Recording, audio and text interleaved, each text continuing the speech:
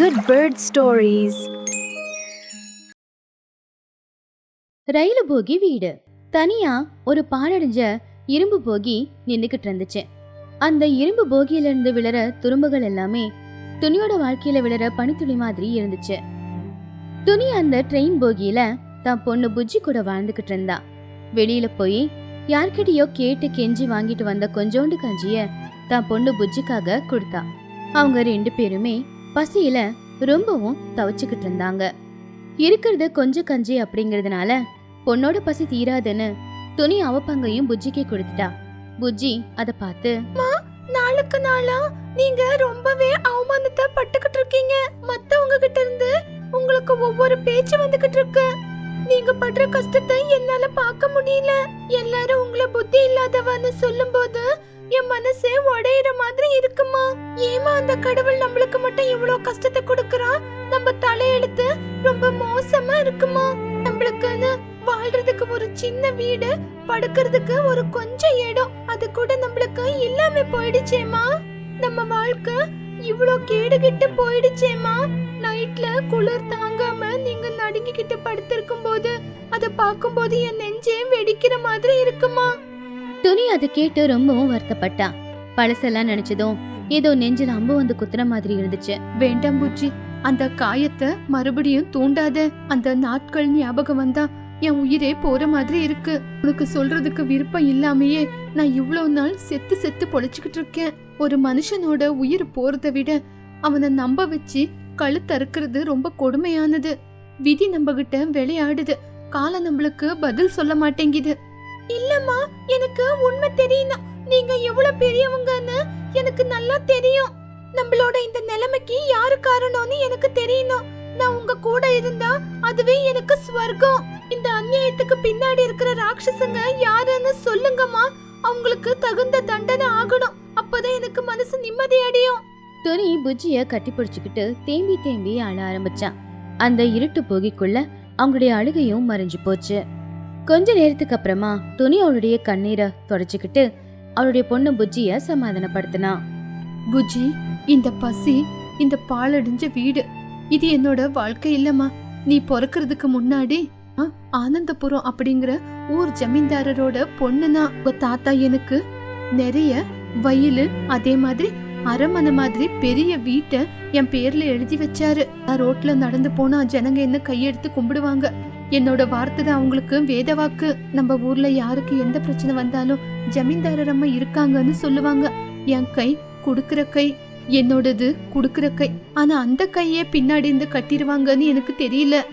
வெளிச்சம் இருக்கும்போது நம்மள பாராட்டிக்கிட்டு இருட்டு ஆன உடனே நம்மள குழியில தள்ளுவாங்கன்னு நான் கொஞ்சம் கூட யோசிக்கலமா. அப்பதான் கதை ஆனந்தபுரத்து தர்பாருக்கு மாறுச்சு. துணி அவளுடைய சிம்மாசனத்துல உட்காந்துக்கிட்டு இருந்தா. அப்ப குஹு அப்படிங்கிற விவசாயி கண்ணுல கண்ணீரோட முன்னாடி வந்து நின்னுக்கிட்டு இருந்துச்சு. ஜமீன்தாரர் அம்மா, நீங்க தான் என்ன காப்பாத்தணும். அந்த சிச்சு காக்கா என்னோட 2 ஏக்கர் வயல மோசம் பண்ணி வாங்கிருச்சு. நான் கொஞ்சம் கடன் வாங்கின காரணத்தினால என் சொத்தையும் எழுதி வாங்கிருச்சு. என் குழந்தைங்களுக்கு என்னால சாப்பாடு கூட கொடுக்க முடியல. நான் நடு வீதிக்கு வந்துட்டேம்மா. குஹு, நீ கவலைப்படாத. என்னோட ராஜ்யத்துல யாருக்கும் கஷ்டம் வர விட மாட்டேன். அந்த சிச்சுவை வர சொல்றேன். சிச்சு ரொம்பவும் திமிரா அகங்காரமா கண்ணுல கொஞ்சம் கூட பயமே இல்லாம நின்றுகிட்டு இருந்தா. துணி மேல கூட அவளுக்கு கொஞ்சமும் மரியாதை இருக்கல. சிச்சு, குஹுவோட வயல நீ ஏமாத்தி வாங்கிட்டியாமே. ஏழைங்களோட வயித்துல அடிக்க கூடாது. உடனே நீ ஏமாத்தி வாங்கின வயல குஹுக்கே கொடுத்துரு. ஐயோ, ஏழைங்க மேல துணிக்கு ரொம்ப கரிசனமாச்சே. இங்க பாருமா துணி, நான் ஒன்னும் ஏமாத்தி வாங்கல. குஹு என்கிட்ட காசை வாங்கினதுனாலதான் நான் 2 ஏக்கர் வயல எழுதி வாங்கிக்கிட்டேன். இப்ப அந்த வயலு என்னோட இது. என்ன ஜமீன்தாரர் அப்படிங்கிற அதிகாரத்தை என்கிட்ட காட்டி என்ன பயப்பட வைக்கலான்னு பாக்குறியா? உன் அதிகாரம் எல்லாம் என்கிட்ட செல்லாது. ஆமா, இப்ப உனக்கு எதுக்கு இந்த பிரச்சனை எல்லாம்? நீ உன்னோட சிம்மாசனத்துல உக்காந்துகிட்டு சந்தோஷமா இரு போதும். சிச்சு, வாய மூடுறியா? பார்த்து பேசு. ஏழைங்களோட கஷ்டம் உனக்கு சாபமா மாறப்போகுது. குஹு குழந்தைங்களோட கஷ்டப்பட்டுக்கிட்டு இருக்கா. உங்ககிட்ட அவ்வளோ சொத்து இருந்தாலும் குஹுவோட 2 ஏக்கர் நிலத்துக்கு நீ பாடுபட போறியா? அப்ப சிச்சு அவமரியாதையா? சாபமா? சாபம் என்ன பார்த்து விடுறியா? ஆமா துணி, குஹுக்காக உன்னால என்ன செய்ய முடியும்? வெறும் வாய் வார்த்தை தானா இல்ல கையில ஏதானா செய்ய முடியுமா? ஏழைங்க கஷ்டப்படுறாங்கன்னு சொல்றியே, உன் சொத்துல அவங்களுக்கு ஏதாவது கொடுக்க முடியுமா இல்ல வெறும் வெத்து வேட்டா? அப்படின்னு சிச்சு கேட்டது துணியோட மனசுக்கு ரொம்ப பாதிப்பா இருந்துச்சு. அவ குஹுவோட தைரியத்தை பார்த்து அவளும் தைரியமா, சரி சிச்சு, உனக்கு லாபம் தானே வேண்டியது. குஹுவோட 2 ஏக்கரை வயல நீ திருப்பி கொடுத்தனா என்னோட தாத்தா மாங்காய் தோப்பா எனக்கு கொடுத்த 6 ஏக்கரை பூமிய நான் கண்டிப்பா உன்னோட பேர்ல எழுதி வைக்கிறேன். சொல்லு சிச்சு, அப்பவாவது உன்னோட பேராசை முடியுமா இல்ல இன்னும் அதிகமா ஏதாவது தேவையா? சபையில ஒரு நிமிஷம் எல்லாரும் அமைதியா நின்னுக்கிட்டு இருந்தாங்க. அப்ப சிச்சுவோட பார்வையில பேராசையும் பொறாமையும் தெரிஞ்சது. உண்மையா? பரவாயில்லையே. ஜமீன்தாரர் அம்மா எனக்கு 6 ஏக்கரை மாங்காய் தோப்ப குடுக்கறீங்கன்னு சொன்னா என்னோட 2 ஏக்கரை வயல குஹுக்கு கண்டிப்பா குடுக்கறேன். உங்கள மாதிரி ஜனங்க இருக்கிற வரைக்கும் எங்கள மாதிரி ஜனங்க சந்தோஷமா வாழலாம். அங்கேயே துணி கையெழுத்து போட்டு அவளுடைய வயல் பத்திரத்தை சிச்சு கிட்ட கொடுத்தா. குஹு துணியோட கால்ல விழுந்து நன்றியை தெரிவிச்சா. ஆனா சிச்சுவோட மனசுல மட்டும் பேராசை இருந்துச்சு. இந்த துணியை இப்படியே விட்டுட்டா எப்ப இருந்தாலும் எனக்கு ஆபத்து தான் அப்படின்னு திட்டம் போட்டா. அன்னைக்கு ராத்திரி சிச்சு அவளுடைய வீட்டு மொட்டை மாடியில உக்காந்துக்கிட்டு ஆகாயத்தை பாத்துக்கிட்டு அவளுடைய மனசுக்குள்ள ஏதோ திட்டத்தை போட்டுக்கிட்டு இருந்தா. இப்பத்துக்கு இந்த துணியோட 6 ஏக்கரை வயலு எனக்கு வந்துச்சு. இதே மாதிரி துணிகிட்டு இருக்கிற 5000 ஏக்கரை கூட எனக்கே வரணும். என்னால இங்க வாழ முடியாது. இந்த துணியோட சொத்து முழுக்க என் பேர்ல இருந்தா நான் இந்த ஊருக்கு மகாராணியா வாழலாம். எப்படியாவது ஏதாவது செஞ்சு இந்த துணிய ஊரை விட்டு வெளியே அனுப்பிடணும். ஊரு ஜனங்க எல்லாருமே துணியை அவமானப்படுத்துற மாதிரி செய்யணும். அப்பதான் சிச்சுவுக்கு மகியோட ஞாபகம் வந்துச்சு. மகி துணியோட ஆஸ்தானத்துல வேலை செஞ்சவ. ஆனா துணி ரொம்ப நல்லவ அப்படிங்கறதுனால அவனுக்கு அங்க வேலை செய்ய பிடிக்கல. அதனால சிச்சு மகிகளுக்கு பார்க்க போச்சு. மகி, உங்களுக்கு ஒரு அவகாசம் கொடுக்கறேன். நான் சொல்ற மாதிரி மட்டும் நீங்க செஞ்சீங்கன்னா 1000 ஏக்கரை வயல உங்க பேர்ல எழுதி வைக்கிறேன். உங்களுக்கு 1000 ஏக்கரை வயல் வேணுமா இல்ல துணி கிட்ட சும்மா வார்த்தைக்காக வேலை செய்ய போறீங்களா? 2ல எது வேணும்னு நீங்களே யோசிங்க. 1000 ஏக்கரை வயல என் பேர்ல எழுதி கொடுக்கறீங்களா? அந்த துணியோட நல்ல குணத்தை பார்க்கும்போது எனக்கே ஒவ்வொரு தடவை தலைவலி வந்துரும். சொல்லுங்க, நீங்க சொல்ற மாதிரி கண்டிப்பா உங்களுக்கு நான் உதவி செய்யறேன். 2 பேரும் துணியோட வாழ்க்கையை அழிக்கிறதுக்காக ஒரு பெரிய திட்டத்தையே போட்டுட்டாங்க. அடுத்த நாள் காலையில மகி துணி கிட்ட போய் அவ கால்ல விழுந்து அழ ஆரம்பிச்சுது. அம்மா, ஜமீன்தாரர் அம்மா, என்னோட வாழ்க்கையே நாசமாயிடுச்சுமா. வியாபாரத்துல நஷ்டமாயி என் பசங்களுக்கு சாப்பாடு கூட கொடுக்க முடியாத நிலைமையில இன்னைக்கு நான் இருக்கேன். என்னோட கைய பாருங்கம்மா, கஷ்டப்பட்டு நான் கூலி வேலை செஞ்சு செஞ்சு என் கையெல்லாம் புண்ணா போயிருக்கு. நீங்க தான் என் குடும்பத்தை காப்பாத்தணும். துணி ரொம்பவும் நல்லவங்கிறதுனால மகிக்கு அவ ஆதரவு கொடுத்தா. மகி, அழுவாதீங்க. உங்களுக்கு எந்த பிரச்சனை வந்தாலும் கண்டிப்பா உங்களுக்கு நான் துணை இருக்கிறேன். என் கூட இருக்கிற வரைக்கும் உங்களுக்கு கஷ்டம் இருக்காது. அப்பதான் சிச்சு உள்ள வந்து ரொம்ப நல்லவ மாதிரி நடிச்சு பேசினா. அம்மா, நம்ம ஊரு ஜனங்களுக்கு எல்லாருக்கும் நல்லதாகணும்னா நம்ம தானியத்தை தானம் பண்ணணும். உங்களோட 5000 ஏக்கரை வயல்ல விளையிற தானியத்தை ஒரு ட்ரஸ்டுக்கு எழுதி கொடுத்தா அதுல வர லாபத்திலேயே ஊர்ல யாருமே வெறும் வயித்தோட இருக்க மாட்டாங்க. எல்லாருக்கும் நல்லது நடக்கணும் அப்படின்னா நீங்க ஒரு பத்திரத்துல கையெழுத்து போட்டு கொடுக்கணும். அப்ப ஊரு ஜனங்க நல்லா இருப்பாங்க. நீங்க பேரும் புகழோட வாழுவீங்க. துணி அவளுடைய ஊர் மக்கள் மேல இருக்கிற பாசத்துல அவகிட்ட இருக்கிற வயல், அவ வீடு, அவளுடைய சொத்து பத்தி எல்லாத்தையுமே அந்த ட்ரஸ்டுக்கு எழுதி கொடுத்தா. ஆனா அந்த ட்ரஸ்ட் ரகசியமா சிச்சு மகியோட பேர்ல இருக்கிற விஷயம் துணிக்கு தெரியாது. அவங்க நினைச்ச திட்டம் நிறைவேறிடுச்சு. துணி கையெழுத்து போட்ட உடனே அவங்க முகத்துல வண்ணம் மாற ஆரம்பிச்சது. அமைதியான முகம் கொடூரமா மாறுச்சு. அவங்க 2 பேரும் கொடூரமா சிரிக்க ஆரம்பிச்சாங்க. பத்திரத்துல கையெழுத்தெல்லாம் போட்டாச்சுல துணி, இப்ப நீ இந்த வீட்டை விட்டு வெளியே போ. இனிமே இந்த வீட்டுக்கும் உனக்கும் எந்த ஒரு உரிமையும் இல்ல. நீ யாருன்னு கூட எனக்கு தெரியாது. முதல்ல இந்த வீட்டை விட்டு வெளியே போ. துணி அதை கேட்டு பயந்து போயிட்டா. என்ன சிச்சு சொல்ற? ட்ரஸ்ட் இந்த ஊரு ஜனங்களுக்கு தானே. இந்த ஊரு ஜனங்க யாருமே கஷ்டப்படக்கூடாதுன்னு தான் நான் இந்த பத்திரத்துல கையெழுத்து போட்டேன். நான் உங்க 2 பேரையும் நம்பினேனே. மகி அதை கேட்டு சிரிச்சுக்கிட்டே, நீ கையெழுத்து போட்டு கொடுத்தது எங்க கையில இருக்கு. நீ இப்ப எங்க கிட்ட கையேந்திரவ. இனிமே இதெல்லாம் எங்க சொத்து. முதல்ல இந்த வீடும் ஊரை விட்டு வெளியே போக போறியா இல்ல கழுத்தை புடிச்சு வெளியே தள்ளட்டுமா? உன்ன மாதிரி நல்லவங்க இருக்கிற வரைக்கும் எங்கள மாதிரி ஆளுங்க சந்தோஷமா இருக்கலாம். உன்னோட நல்ல குணமே உனக்கு சமாதிய கட்டி இருக்கு பாரு. அப்போ சிச்சு துணிய பார்த்து, ஒரு காலத்துல உன் காலடியில உக்காந்து இருக்கிற சிச்சுனா இன்னைக்கு என் காலடியில நீ நின்னுகிட்டு இருக்க. பாத்தியா, நல்ல குணம்னு சொல்லியே அந்த நல்ல குணம் இன்னைக்கு உனக்கு சாப்பாடு போடுமா? இல்லையே, அந்த நல்ல குணம் தான் இன்னைக்கு உனக்கு சமாதி கட்டிருக்கு. முதல்ல இந்த வீட்டை விட்டு வெளியே போ. நாயா எங்கதான் அழிய போற அப்படின்னு துணியை கழுத்தை பிடிச்சி வெளியில தள்ளினாங்க. துணி யாராவது உதவி செய்வாங்களா அப்படின்னு பார்த்தா, ஆனா சிச்சு மேல இருக்கிற பயத்துல யாருமே உதவி செய்யல.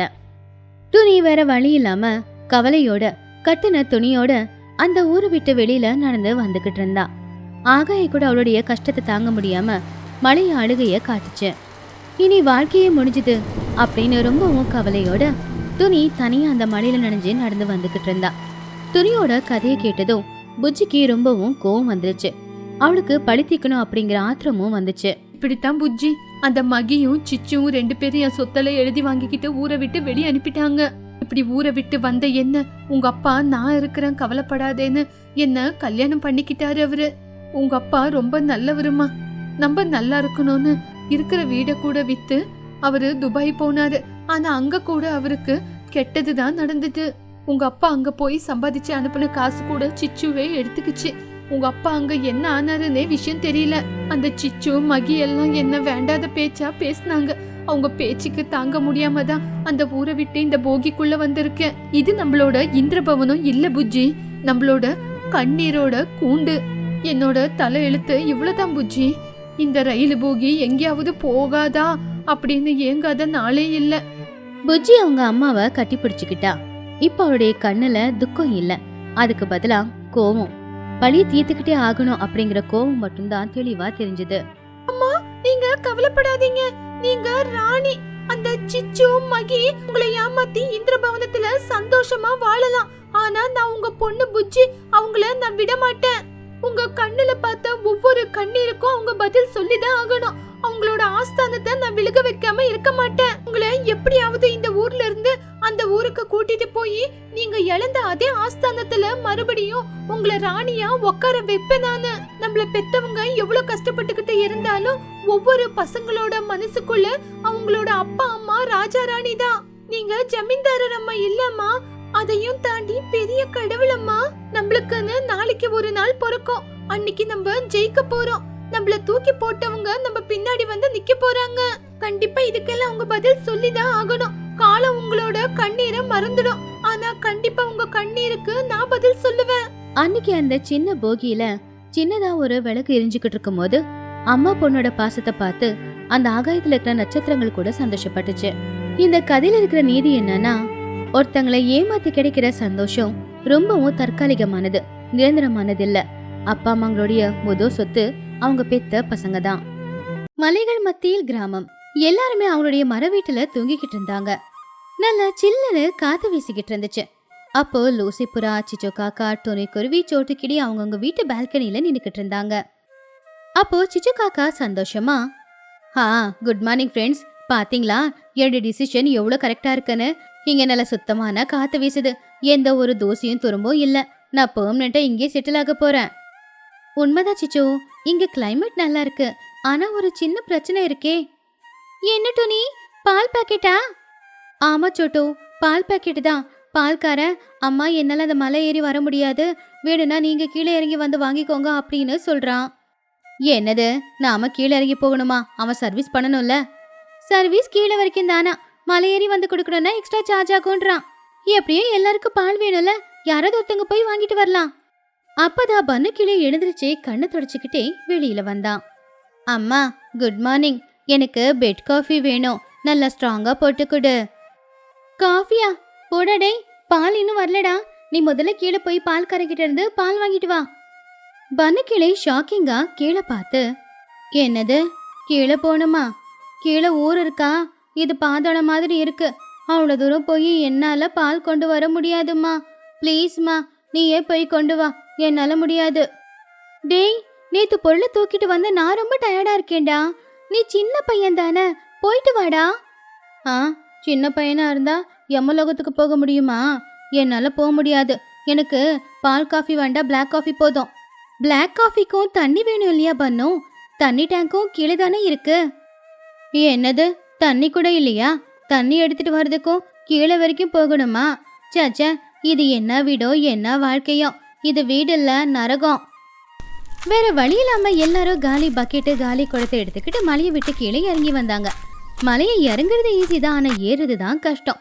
பாவம் சிச்சு காக்கா நடுவுலயே நின்னு, ஐயோ ஏன் இடுப்பு, துணி, நாம தப்பு பண்ணிட்டோமா? வியூ நல்லா இருக்குன்னு மலைக்கு மேல வீடு கட்டிக்கிட்டது ரொம்ப தப்பு போல. பழகிடும் சிச்சு, நடக்க நடக்க பழகிடும். இன்னொரு பக்கம் சின்ன காக்கா 2 பக்கெட் தண்ணிய பிடிச்சுக்கிட்டு ரொம்ப உற்சாகமா நடந்து போய்கிட்டு இருந்தான். கமான்மா, நிக்காத, இது சூப்பர் எக்ஸசைஸ். பாத்தியா என்னோட உடம்பெல்லாம் எவ்வளவு ஸ்ட்ராங்கா பலமா இருக்கு அப்படின்னு. ஆனா பன்னு சின்ன செம்புல தண்ணி எடுத்துக்கிட்டு அழுதுகிட்டே போய்கிட்டு இருந்தான். டேய், இது உனக்கு ஒர்க் அவுட், எனக்கு நாக் அவுட். இங்க நாக்கு தள்ளுதுரா.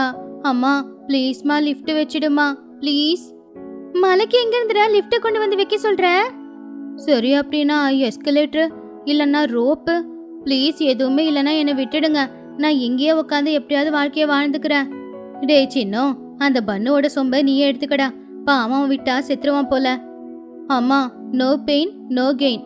அவன் கஷ்டப்படட்டும், அப்பதான் அவனுக்கு போக போக பழகும். டேய், இப்படி மலை ஏறி இறங்குனா நான் ஒல்லி ஆயிடுவேன்டா. நான் ஒல்லியானா நல்லா இருக்க மாட்டேன். கொழு கொழுன்னு குண்டா இருந்தாதான் நல்லா இருப்பேன்.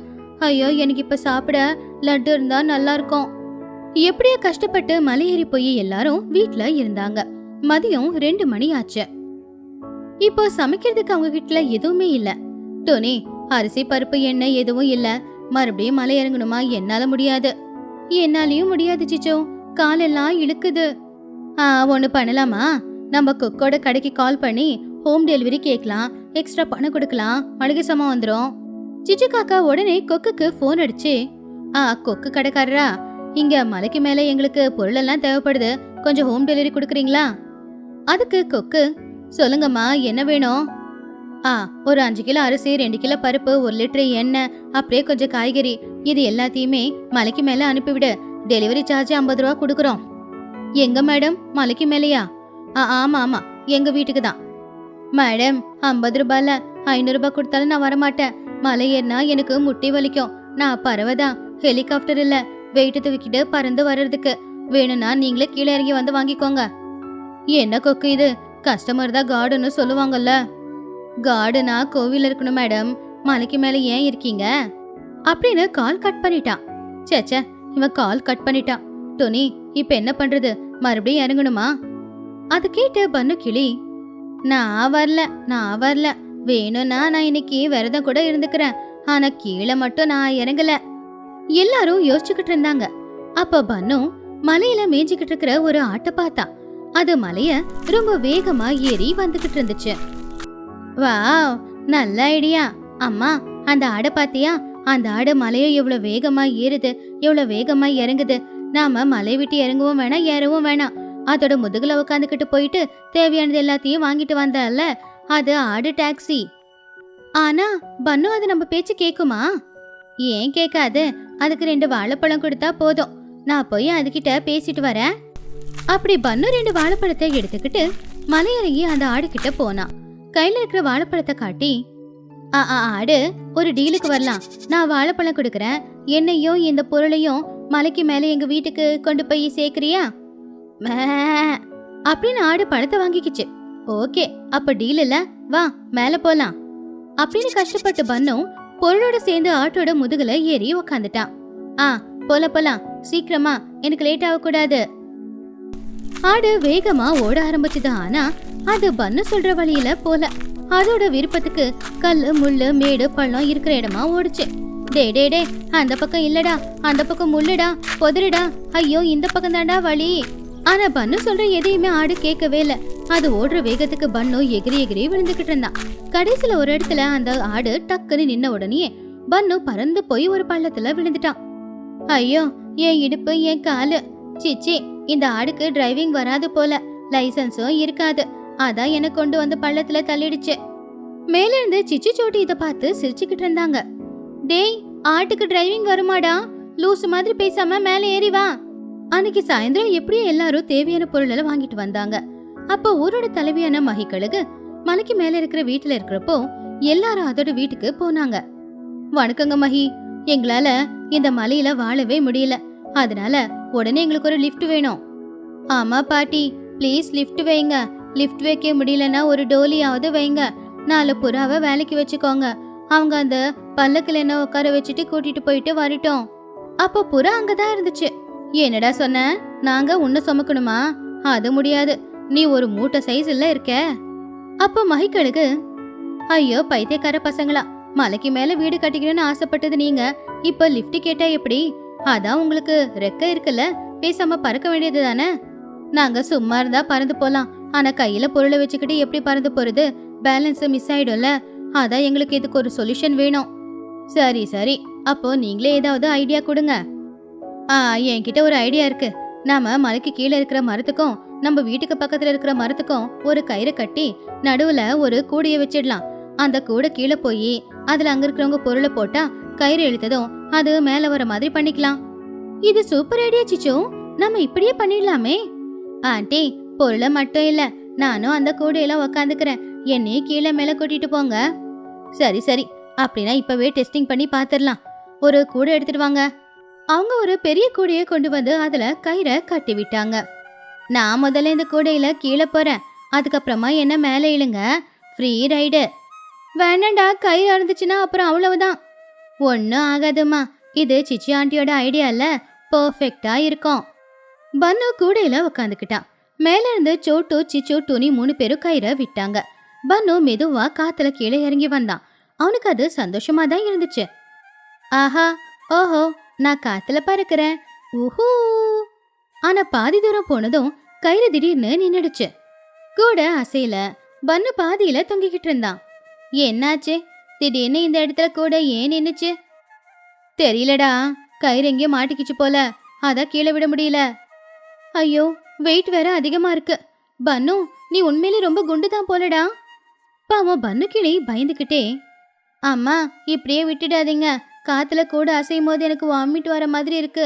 கீழே பார்த்தா பள்ளமா இருக்கு, மேல பார்த்தா நீங்க எல்லாரும் இருக்கீங்க, ப்ளீஸ் என்ன மேலே இழுத்துருங்க. இருங்க, நான் போய் பார்த்துட்டு வரேன் அப்படின்னு மகிக்கழுகு போய் கயிறு எங்க மாட்டிக்கிச்சோ எடுத்து விட்டுச்சு. அவ்வளவுதான், கயிறு பட்டுன்னு விட்டு பன்னு கீழே இருந்த ஒரு புல்லுக்கட்டு மேல வந்து விழுந்தான். புல்லுக்கட்டுக்குள்ள இருந்து வெளியில வந்து, தப்புச்சேண்டா சாமி, சிச்சு ஆண்டி, உங்க ஐடியா வேஸ்ட், நீங்க வேஸ்ட், உங்க கயிறும் வேஸ்ட், எப்படியோ தப்புச்சேன். அன்னைக்கு ராத்திரி நேரம் எல்லாரும் ரொம்ப சோர்வா பாறைக்கு நடுவுல வந்து உக்காந்துக்கிட்டு இருந்தாங்க. சமைக்கிற பொறுமை கூட யாருக்கிட்டையும் இல்ல.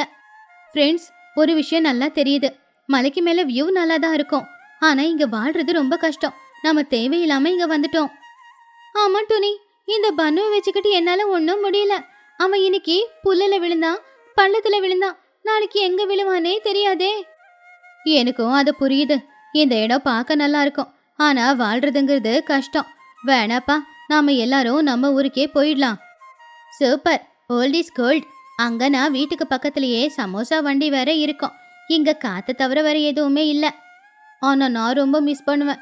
இங்க இருந்தா எனக்கு ஒர்க் அவுட் பண்ண மாதிரி இருக்கும். ஆனா நான் ஒல்லி ஆயிடுவேண்டா, அப்புறம் எனக்கு அது நஷ்டம்தான்.